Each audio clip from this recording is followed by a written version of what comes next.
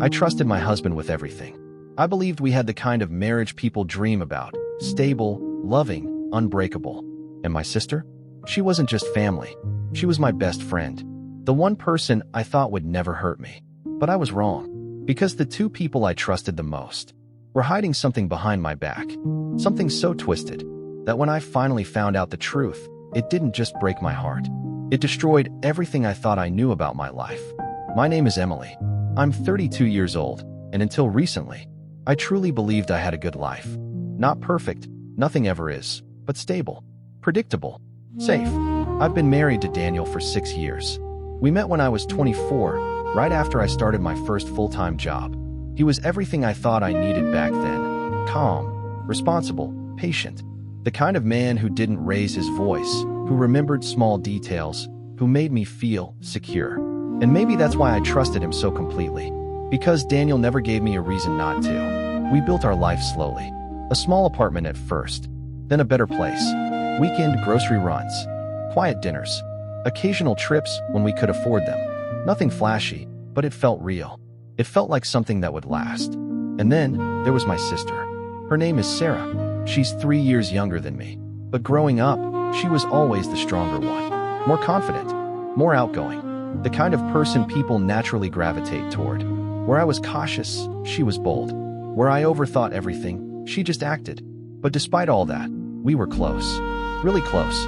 We shared things most people wouldn't even tell their best friends. Late night conversations, personal struggles, relationship problems, everything.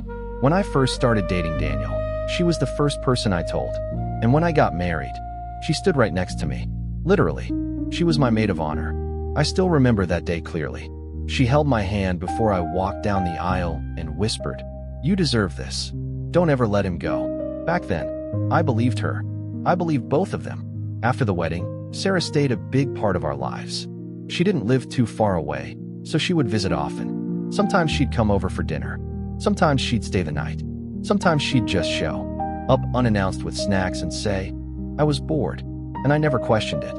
Because to me, that was normal. That was family. Daniel got along with her well too. Maybe even a little too well, but I didn't see it that way at the time. They joked around a lot, teased each other, shared little inside jokes I didn't always understand. But I thought it was a good thing. I thought, my husband and my sister get along. That's perfect. There was no tension, no arguments, no obvious red flags. If anything, it made me feel lucky. Because I'd heard so many stories about families that didn't get along. But mine felt easy, comfortable, safe. Looking back now, I realize something important. Nothing ever feels wrong. At the beginning, it's always small things.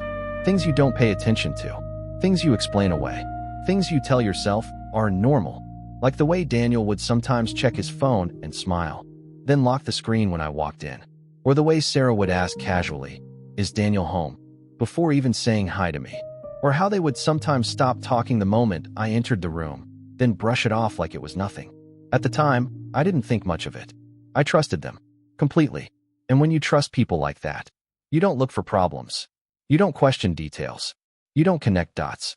You just live your life, believing everything is exactly what it seems. And that was my biggest mistake. Because while I was busy believing I had a strong marriage and an unbreakable bond with my sister, something else was quietly growing, right in front of me. Something I didn't see.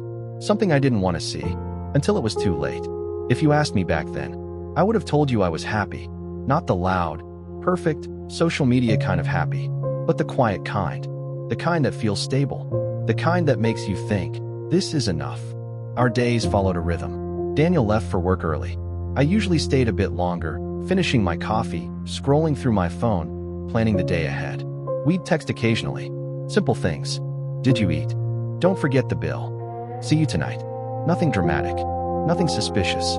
Just normal. Evenings were predictable too. Dinner together. Sometimes TV. Sometimes just sitting in silence. Each of us on our own devices. And strangely, that silence felt comfortable. Like we didn't need to try anymore. Like we had already built something solid. And maybe that's where I let my guard down the most. Because I thought comfort meant security. Around that time, Sarah started coming over more often.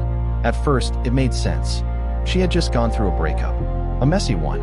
She told me she needed space. Somewhere she felt safe. So of course, I told her, come over anytime. And she did. At first, it was once a week, then twice, then whenever she felt like it. Sometimes she'd call before coming, sometimes she wouldn't. She'd just show up, let herself in like she always had. And I never questioned it, because she wasn't a guest. She was family. There were nights she stayed over. We'd sit together, talking for hours. About her ex, about life, about things that didn't really matter. Daniel would join sometimes. Other times, he'd stay quiet, just listening, occasionally adding a comment that made us laugh. It felt warm, like we were all on the same side, like nothing could break that. But slowly, very slowly, something started to shift. Not in a way that was obvious, not in a way that screamed danger, more like a subtle change in the air. Daniel started coming home a little later than usual. At first, he said it was work, deadlines, extra meetings, and I believed him, because why wouldn't I?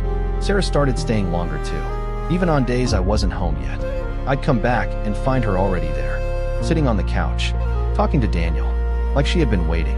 And every time I walked in, there was this brief moment, a pause, a silence that lasted just a second too long. Then everything would go back to normal, too quickly, too smoothly. Hey, you're home. Yeah, we were just talking. And I accepted that answer. Every single time. There were little things too. Details that didn't seem important on their own. But together, they meant something. I just didn't see it yet. Like how Daniel suddenly knew things about Sarah that I hadn't told him. Or how Sarah would bring up topics Daniel was interested in. Almost like she already knew. Or how their conversations sometimes felt connected in a way I wasn't part of. Inside jokes, shared looks, quick glances. Nothing you could point at and say, that's wrong, but enough to make you feel slightly outside, like you were missing something. I remember one night in particular. It didn't seem important at the time, but now, I think about it a lot. We were having dinner, just the three of us. Nothing special, just a normal weekday. Sarah was laughing about something. Daniel laughed too. And for a moment, they looked at each other. Not like family, not like friends. It was brief, almost invisible, but there was something in that look. Something I couldn't explain, something I didn't want to understand. So I ignored it. I told myself, you're overthinking. They're just close. This is normal. Because the alternative was something I wasn't ready to face. And that's the thing about denial. It doesn't feel like denial. It feels like protection, like you're choosing peace, when in reality, you're just delaying the moment everything falls apart. By that point, my life still looked the same on the outside. Still stable, still safe, still everything I thought I had built. But underneath that surface, something had already changed. Something was already happening, right in front of me, quietly, carefully, and I was the only one who didn't know. At first, I told myself it was nothing, just small things, random things, the kind of things that happen in any normal relationship. But the problem is, when small things start repeating, they stop feeling random. They start forming a pattern. And once you see that pattern, you can't unsee it. Daniel's behavior was the first thing I noticed. Not all at once. Not in a dramatic way. Just gradually. He started becoming more distant.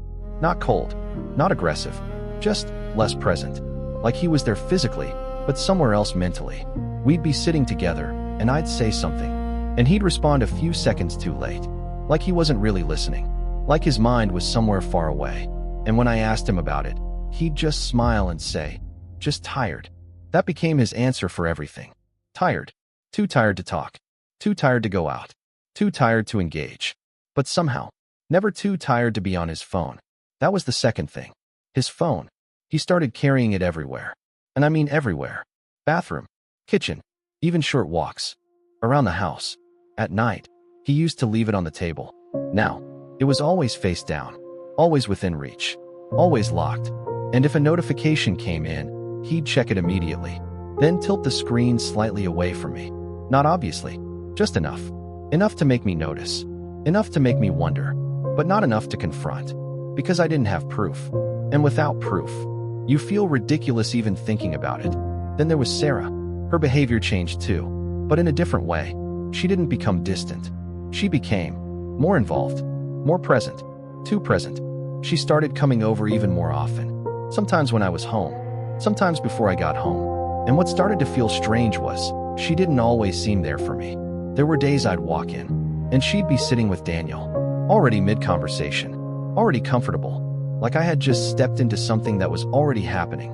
And again, that pause, that half-second silence, that quick shift in energy when I entered the room. It happened more often now. Not once, not twice, but enough times that it stopped feeling like coincidence. I started noticing the way they interacted. The details I had ignored before started standing out. The way Sarah laughed at things Daniel said, even when they weren't that funny. The way Daniel seemed more engaged when she was around, more talkative, more alive, more interested than he was with me. And that thought, that comparison, it hit me quietly at first, then louder, then it stayed. There was one moment I couldn't ignore. It was late, maybe around 11 p.m. I had fallen asleep on the couch. When I woke up, the house was quiet, too quiet. I looked around. Daniel wasn't there. Sarah wasn't there either. At first, I thought maybe they went out to get something. But then I heard voices. Soft, low, coming from the kitchen. I didn't move right away. I just listened. Not intentionally, just instinctively. I couldn't make out everything they were saying, but I heard enough. Their tone, it wasn't casual. It wasn't the kind of conversation you have in front of everyone. It was different, more personal, more careful, like they didn't want to be heard. And that's when something inside me shifted. Not fully, not completely, but enough. Enough to create a crack in the trust I had built for years. The next morning, I tried to act normal. I didn't bring it up. I didn't ask questions. I didn't confront anyone, because I still didn't want to believe it. I still held on to that version of my life, the one where everything made sense. But my mind wouldn't let it go. Every small detail from before started replaying, connecting, rearranging itself into something I couldn't ignore anymore. And the worst part? I started noticing how comfortable they were, not just around each other, but around me, like whatever was happening had been happening long enough, that they didn't feel the need to hide it perfectly anymore. And that scared me, because it meant one thing. This wasn't new. This wasn't a mistake. This wasn't something that just happened. This was something that had been growing, right in front of me, while I stood there, trusting them, believing them, defending them. And slowly, without realizing it, I was becoming the only outsider in my own marriage. After that night, I couldn't go back to how things were before. I tried. I really did. I told myself I was overthinking, that I was tired, that I was letting small things get into my head. But once doubt enters your mind, it doesn't leave. It stays. Quiet, persistent, growing. At first, I didn't change anything on the outside.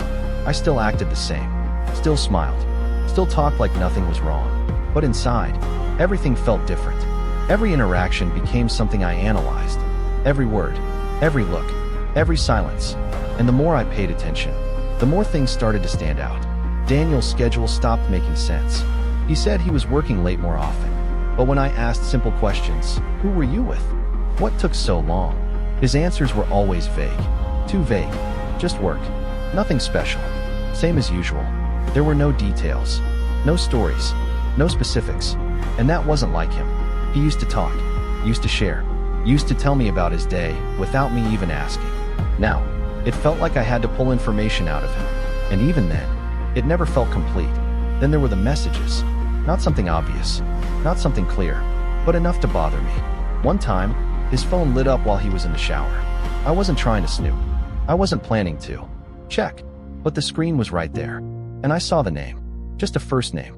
No emoji. No label. But something about it felt familiar. I couldn't place it right away, but it stayed in my head. Later that day, I casually asked Sarah, "Do you know anyone named that?" She paused, just for a second. Then she said, "No, why?" And that pause, it was small, but it was there. And now I was watching for it. Watching both of them. Not in an obvious way. Not like I was trying to catch them. But enough to notice patterns. Enough to feel when something didn't align. Sarah started texting more when she was at my place. Not openly. Not in front of me. But quietly. Quick glances at her phone. Quick replies. Then putting it away as soon as I looked over. Daniel did the same. And what bothered me most wasn't the texting itself. It was the timing. There were moments when both of them would check their phones. Almost at the same time. Not always, but often enough. And once you notice something like that, you start connecting dots, even if you don't want to. There was another moment that stuck with me. We were sitting together in the living room. The three of us, watching something on TV. Sarah was on one side. I was in the middle. Daniel on the other side. At some point, Sarah got up to get water. A few seconds later, Daniel checked his phone, typed something quickly, then put it down. When Sarah came back, her phone buzzed. She looked at it, smiled, just slightly, then sat back down like nothing happened. No one said anything, but I saw it. I felt it. And for the first time, a thought crossed my mind clearly. Not a feeling, not a suspicion, a thought. What if it's them? I didn't say it out loud. I didn't even fully accept it. But it was there. And once that thought exists, everything changes. Because now, every new detail doesn't stand alone. It connects. It builds. It confirms. I started remembering things differently. Moments that once felt normal, now felt strange. Like the way Sarah defended Daniel once, during a small argument we had. She took his side. Too quickly. Too naturally. Or the way Daniel would sometimes bring up things about Sarah, before I even mentioned her. Like he already knew. Like they had already talked. Without me. And the worst part? Neither of them seemed nervous. Neither of them seemed guilty. They were calm. Comfortable. Like whatever was happening was something they had already accepted. Something they had already normalized. And that made me question myself even more. Because I started thinking, if something was really wrong, wouldn't I feel it more clearly? Wouldn't there be something obvious? But that's not how it works. Not always. Sometimes the truth doesn't hit you all at once. Sometimes it builds slowly, layer by layer, until one day, you realize you've been ignoring it the whole time. By this point, I wasn't at peace anymore. I wasn't comfortable. I wasn't secure. I was aware. Aware that something was off. Aware that something didn't add up. Aware that the life I thought I had might not be real, but I still didn't have proof. And without proof, I was stuck. Stuck between trusting them and trusting my instincts. And that space, that uncertainty, it's the most exhausting place to be, because you don't know what's worse, finding out the truth, or continuing to live a lie. At some point, the doubt became too heavy to ignore. It wasn't just a feeling anymore. It was a constant presence, something that followed me everywhere, at work, at home, even in my sleep. And I realized something simple. I couldn't keep living like that, not knowing, not understanding, not trusting what I was seeing. So I made a decision. I needed clarity, no matter what it cost me. But I also knew I couldn't confront them yet, not without proof. Because if I was wrong, I'd destroy everything for nothing. And if I was right, they would just deny it, hide it better, become more careful. So instead of reacting, I started observing, carefully, quietly, deliberately. I didn't change my behavior. I didn't accuse anyone. I didn't ask direct questions anymore. I just watched. The first thing I paid attention to was timing. When Daniel left, when he came home, when Sarah showed up. At first, it seemed random, but after a few days, a pattern started to form. Sarah often came over on the days Daniel got home late, or sometimes right before he arrived. And what bothered me wasn't just the timing. It was how natural it felt to them, like it wasn't planned, like it was just coincidence. But I knew better now. There were too many coincidences. So I started keeping small notes. Nothing obvious, just in my phone. Dates, times, little details, things I didn't want to forget. Because memory can lie, but patterns don't. Then I moved to the next step. Information. I started asking indirect questions. Not to them, but around them. Casual conversations. Small talk. I asked Daniel about work again. But this time, I paid attention to inconsistencies. Names he mentioned. Projects he talked about. Timelines. Then later, I'd bring it up again. In a different way. At a different time. Just to see if the story stayed the same. Sometimes it did. Sometimes it didn't. And every inconsistency, no matter how small, added to something bigger. With Sarah, it was different. She was more emotional, more expressive. So I approached her differently. I listened more. Let her talk. Let her feel comfortable. And occasionally, I'd ask something simple. Who were you texting? Why were you smiling earlier? Nothing serious. Just enough to observe her reaction. And those reactions, they started telling me more than her words. The pauses, the slight hesitation, the way she avoided eye contact for just a second too long. Those were things you can't fake perfectly, not over and over again. Then came the hardest part. The part one didn't want to do, but knew I had to. Their phones. I didn't want to be that person. The one who checks. The one who invades privacy. But at this point, it didn't feel like invasion anymore. It felt like survival. One night, Daniel fell asleep on the couch. His phone was next to him, unlocked. For the first time in weeks, my heart was racing. Not because I was afraid of getting caught, but because I was afraid of what I might find. I stood there for a moment, just looking at it, thinking, if I pick it up, everything might change. And then I realized, everything had already changed. I just didn't know how yet. So I picked it up, slowly, carefully. My hands were shaking. I didn't go through everything. I didn't need to. I went straight to messages. Scrolled. Names. Conversations. Nothing obvious at first. Just normal chats. Work. Friends. Family. Then I saw it. A thread. No name saved. Just a number. But something about it made me stop. I opened it. The messages weren't explicit. Not clearly. But they were familiar. Too familiar. The tone. The way they spoke. The kind of jokes. The kind of comfort. It didn't feel like two random people. It felt like two people who knew each other well. Very well. My chest tightened. I kept reading, looking for something clear, something undeniable. But it wasn't there. Not yet. Just fragments. Pieces. Hints. Enough to hurt. Not enough to confirm. I put the phone back exactly where it was. Sat down and tried to breathe. Because now, I was no longer just suspicious. I was involved. I had crossed a line, and there was no going back. The next day, everything felt sharper, more intense. Every look between them, every message, every silence. It all felt louder, clearer, closer to the truth. And for the first time, I wasn't just asking myself, what's going on? I was asking, how long has this been happening? And more importantly, how far has it gone? Because deep down, I already knew. This wasn't nothing. This wasn't in my head. This was real. And I was getting closer, closer to something that was about to change everything. After that night, I couldn't pretend anymore. I had seen enough to know something was wrong, but not enough to prove it. And that was the worst part, because I was stuck in between suspicion and truth, between instinct and evidence. And I needed more. Not guesses, not feelings, something real, something undeniable. So I kept going, carefully, quietly, waiting for the moment, because I knew, if this was real, they would slip, eventually. And they did.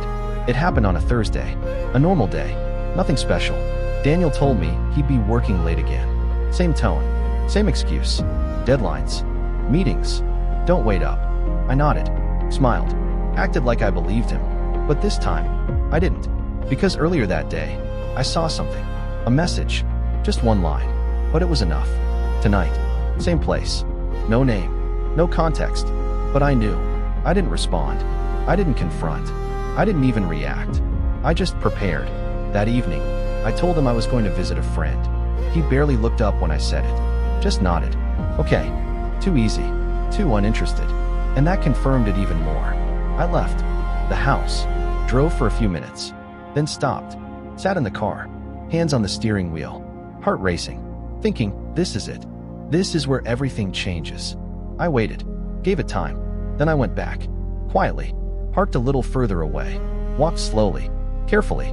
Every step felt heavier, like I already knew what I was about to see. I reached the house. The lights were on, but something felt different, too quiet. I opened the door, slowly, no sound, no movement. I stepped inside, and then I heard it.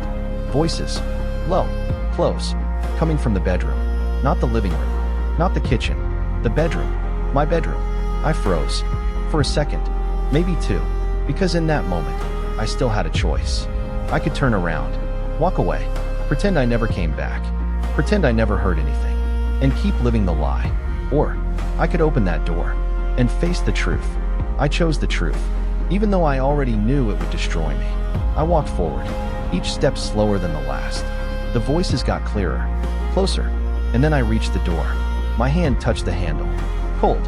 Still, for a brief second, I closed my eyes, took a breath, and opened it. And there they were, Daniel and Sarah, together, not talking, not sitting, not explaining.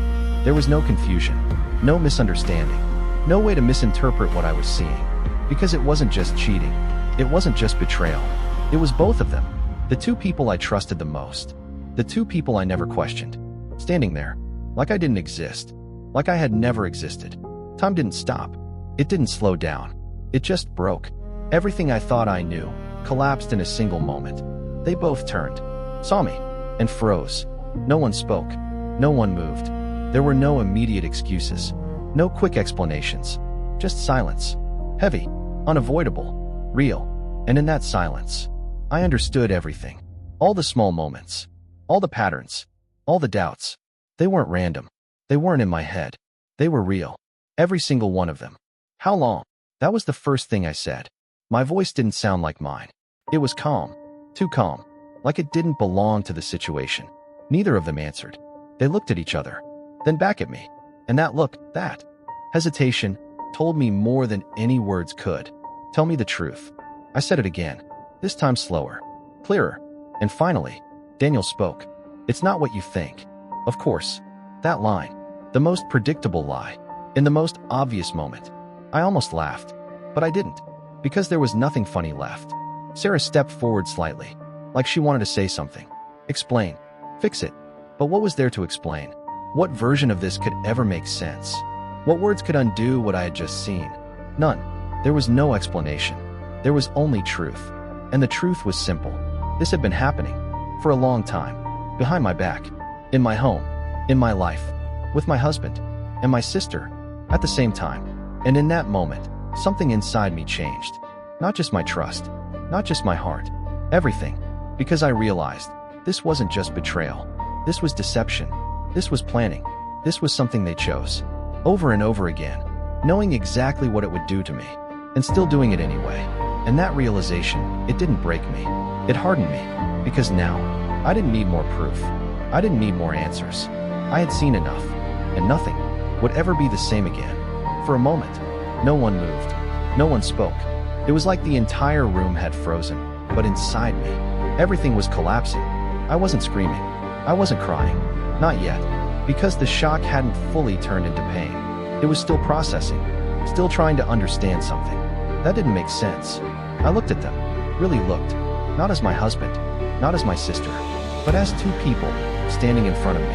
And suddenly, they felt like strangers. Say something. My voice was quiet. But it cut through the silence. Daniel opened his mouth first. I can explain. But he didn't. Because there was nothing to explain. And deep down, he knew that too. I turned to Sarah. She looked different. Not the sister I grew up with. Not the person who held my hand on my wedding day. Her eyes. They couldn't meet mine. And that hurt more than anything. Because guilt is louder than words. How long? I asked again. This time my voice shook. Just slightly. But enough. Enough to show that I was breaking. And this time, she answered. A few months. A few months. That's what she said. Like it was small. Like it was something manageable. Like it didn't matter. But in my head, that timeline expanded instantly. Every memory. Every dinner. Every laugh. Every moment the three of us shared replayed itself. With a different meaning. A darker meaning. You've been coming into my house. I paused. Trying to steady my breath. Talking to me. Sitting with me. Laughing with me. My voice cracked. While this was happening, she didn't answer. Because she didn't need to. The silence was enough. I turned back to Daniel. And you? He looked at me. Finally. But there was no real remorse in his eyes. Not yet. Just tension. Just discomfort. Like he had been caught. Not like he had done something unforgivable. It just happened. That's what he said. And that sentence, it did something to me. Because it reduced everything. To nothing. Years of marriage. Trust. Loyalty. Everything we built. It just happened. Like it was an accident. Like it slipped. Like it wasn't a choice. But I knew better. Things like this don't just happen. They build. They grow. They are chosen. Again. And again. And again. And suddenly, the pain hit. Not slowly. Not gently. All at once. My chest tightened. My breathing changed. My vision blurred. And before I could stop it, tears came. Not quiet tears. Not controlled. They came hard. Fast. Uncontrollable. Because it wasn't just about him. And it wasn't just about her. It was about both of them. At the same time. The two people I trusted the most, breaking me together. That's what made it unbearable. I stepped back. Physically. Like I needed distance. Like the air around them was too heavy to breathe. I trusted you. I said it out loud. Not to accuse. Not to argue. Just to state a fact. And somehow, that made it worse. Because neither of them could respond. There was no defense. No justification. No version of this that made sense. Sarah started crying. Soft at first. Then harder. But it didn't reach me. It didn't move me. Because whatever connection we had, It was gone. Completely. And in its place, there was something else. Something colder. Something clearer. Understanding. I understood now. Every sign. Every moment. Every detail I ignored. They all made sense. Too much sense. And that clarity, it hurt. But it also did something else. It removed the illusion. There was no confusion anymore. No doubt. No maybe. Just truth. Raw. Unfiltered. Unavoidable. And once you see that kind of truth, you can't go back. You can't pretend. You can't fix it. Because some things, once broken, don't come back the same. I wiped my tears. Slowly. Took a breath. And looked at them one last time. Not with anger. Not with emotion. But with something else. Finality. Because in that moment, I wasn't asking questions anymore. I wasn't searching for answers. I already had them. And now, the only thing left was what I was going to do next. After everything came crashing down, something unexpected happened. I went quiet. Not because I didn't feel anything, but because I felt too much. Too much anger. Too much pain. Too much clarity. And I realized something in that moment. If I reacted now, if I screamed, fought, or broke down completely, I would lose control. And I wasn't going to give them that. Not after everything they had already taken from me. So instead, I stepped back. Not just physically, mentally, emotionally. I stopped talking. Not dramatically. Not in a way that demanded attention. Just silence. I walked past them. Out of the room. Out of that moment. And into something else. Something colder. Something more calculated. That night, I didn't argue. I didn't ask more questions. I didn't try to understand their reasons. Because I already understood enough. What mattered now was what came next. I stayed in the house. But I didn't stay with him. I slept in a different room. Didn't say a word. And for the first time in years, I felt completely alone. Not because I didn't have people around me, but because the people closest to me were no longer mine. The next morning, everything looked the same. The same kitchen, the same table, the same routine, but it felt different. Empty, like the life I knew had been erased overnight. Daniel tried to talk. Of course he did. I'm sorry. It didn't mean anything. We can fix this. All the usual things. All the expected words. But they sounded hollow, like something you say because you're supposed to, not because you understand the damage. I didn't respond, not because I didn't hear him, but because there was nothing left to say. Sarah texted me multiple times. Apologies, long messages, explanations. I didn't plan this. I didn't want it to happen. I feel horrible, but I didn't reply, because at this point, words didn't matter. Actions did, and their actions had already said everything. So instead of reacting, I started thinking, clearly, logically, step by step. What do I want? What do I need? What is the outcome of this? And more importantly, how do I leave this situation without losing myself? Because that's what I realized. This wasn't just about betrayal anymore. It was about control. Control over my life, my future, my identity. If I let this situation define me, if I stayed in the pain, if I let anger drive my decisions, I would lose more than I already had. So I made a choice. I would not react emotionally. I would respond strategically. The first thing I did was gather information, not about them, about everything else. Our finances, shared accounts, legal documents, assets, things I had never paid much attention to before, because I trusted him. But now, trust was no longer part of the equation. Clarity was. I reviewed everything, quietly, carefully, without letting him notice. I started separating things. Small steps. Nothing obvious, but enough to prepare. At the same time, I started creating distance. Emotionally first, then physically. I stopped engaging, stopped responding, stopped participating in anything that felt like us. Because there was no us anymore. Only two people, living in the same space, waiting for something to end. Daniel became more anxious, more talkative, trying harder, but it didn't change anything. Because once respect is broken, effort doesn't fix it. Understanding does. And he didn't understand. Not really. Sarah stopped coming over. Of course she did. But her absence didn't fix anything. It just made the silence louder. And in that silence, I became clearer, stronger, more focused. Because the emotional chaos from before started turning into something else. Direction. I knew what had to happen. I just wasn't rushing it. Because this wasn't a moment decision. This was a life decision. And I was going to do it right. No drama. No scene. No emotional explosion. Just action. Quiet. Precise. Final. Because the truth is, they had already made their choice. Now, it was time for me to make mine. And this time, I wasn't choosing based on love, or trust, or history. I was choosing based on reality. And reality was something I could no longer ignore. By the time I was ready, I wasn't angry anymore. Not in the way people expect. There was no urge to scream. No need to prove anything. No desire to hurt them back. Because I had already seen the truth. And once you truly see people for who they are, you stop reacting. You start deciding. And I had decided. That night, I asked Daniel to sit down. Just the two of us. No raised voice. No tension. Just calm. Which made him nervous immediately. Because calm, in a situation like this, means something is over. He sat across from me, trying to read my face, trying to guess what was coming. But there was nothing to read. Because I had already processed everything. I'm filing for divorce. I said it simply. No emotion. No hesitation. And for a moment, he didn't react. Like the words hadn't fully registered yet.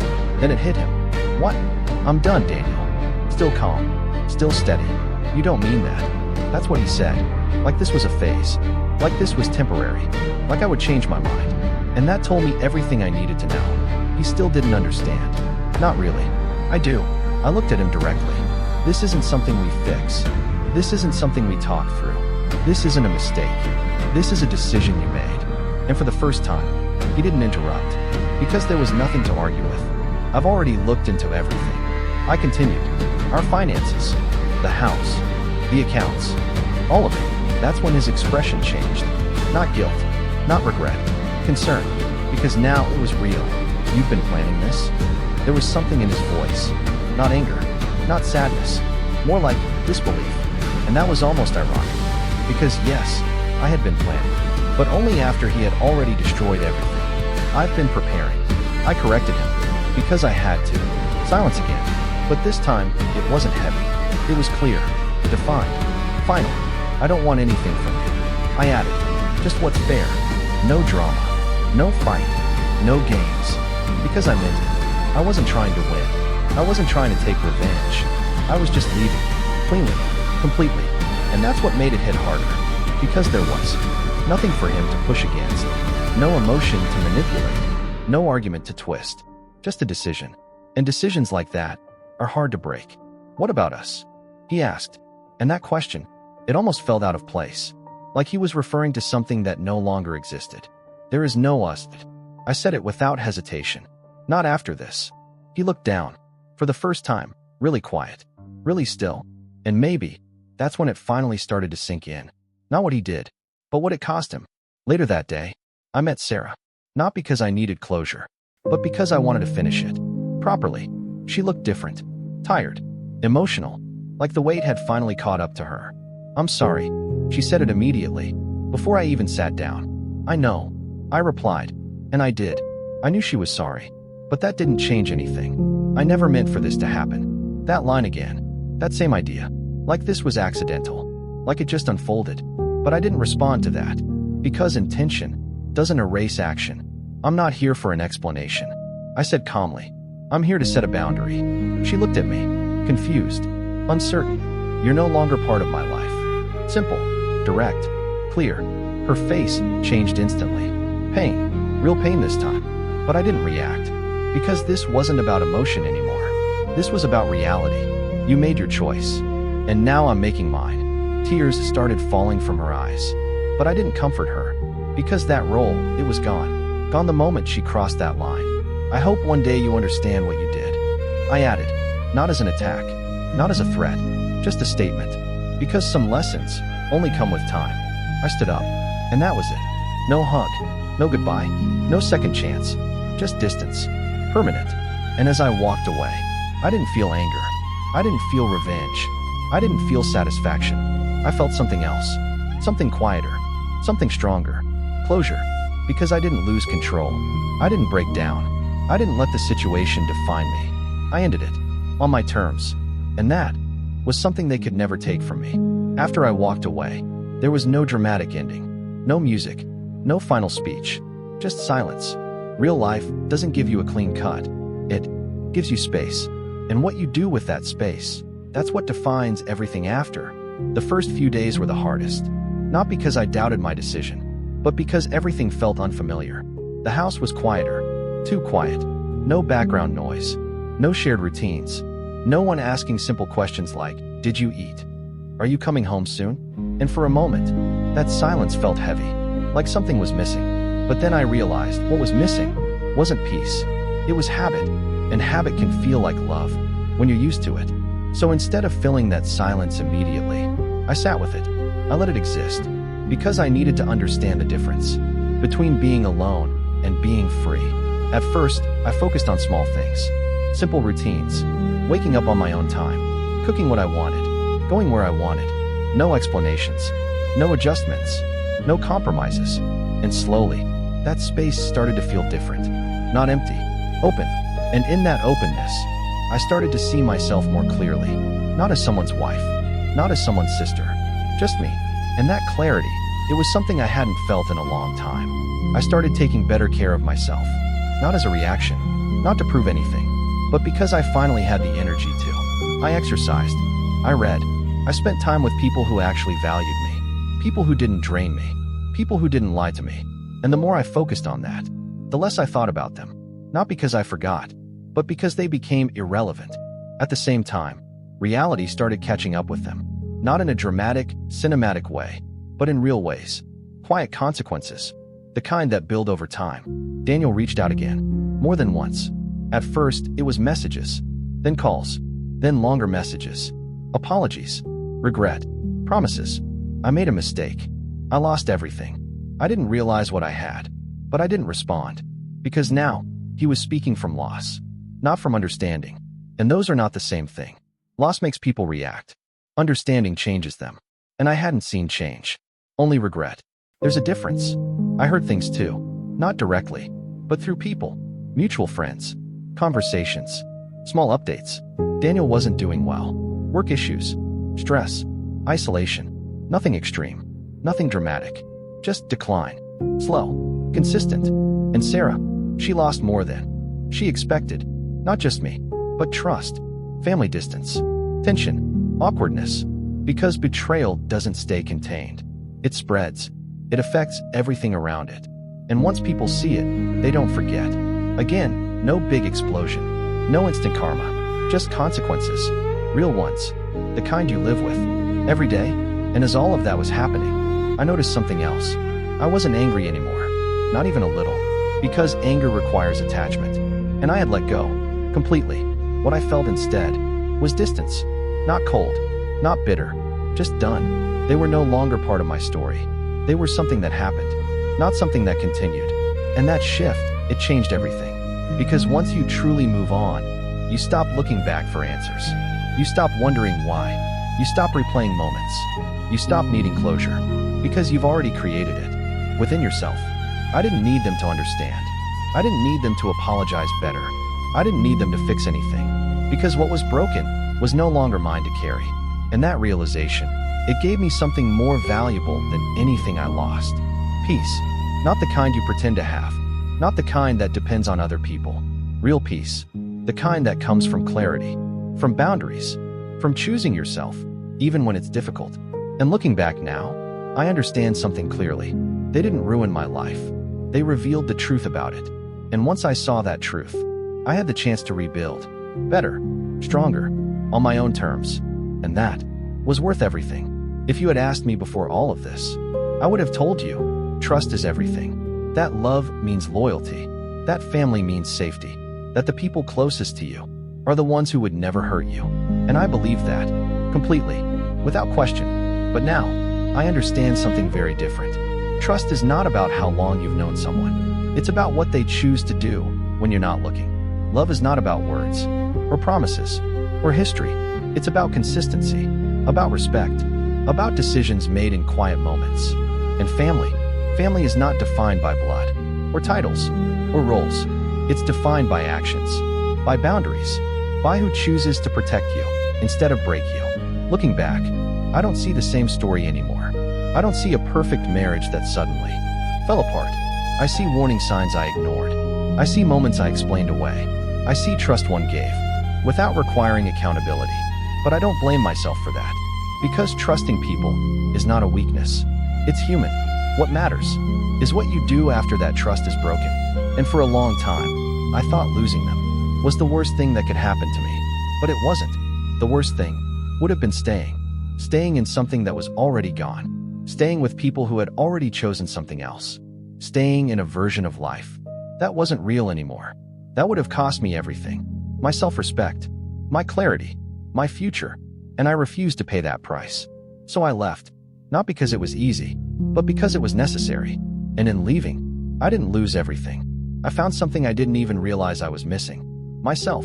The version of me that doesn't ignore red flags. The version of me that doesn't settle for less than respect. The version of me that understands walking away is not failure. It's power. Today, my life looks different. Quieter. Simpler. But stronger. More intentional. More real. I don't rush into trust anymore. I don't ignore discomfort. I don't silence my instincts just to keep the peace. Because I've learned, peace built on lies is not peace at all. And sometimes, the most painful truth is the one that sets you free. I don't hate them. I don't wish them harm. Because what they did already carries its own consequences. And I don't need to be part of that. My story doesn't continue with them. It continues without them. And that's enough. So if you're listening to this, and something in your life doesn't feel right, don't ignore it. Don't explain it away. Don't convince yourself it's nothing, just because you're afraid of what it might mean. Because the truth is, you already know. You just haven't faced it yet. And when you do, it will hurt. It will break you. But it will also show you exactly where you need to go next. I trusted my husband with everything. I trusted my sister with my life. And they broke that trust. But they didn't break me. Because in the end, I chose myself. And that choice changed everything. Backhand index pointing right, what would you do if this happened to you? Backhand index pointing right, would you walk away or try to fix it? Let me know in the comments.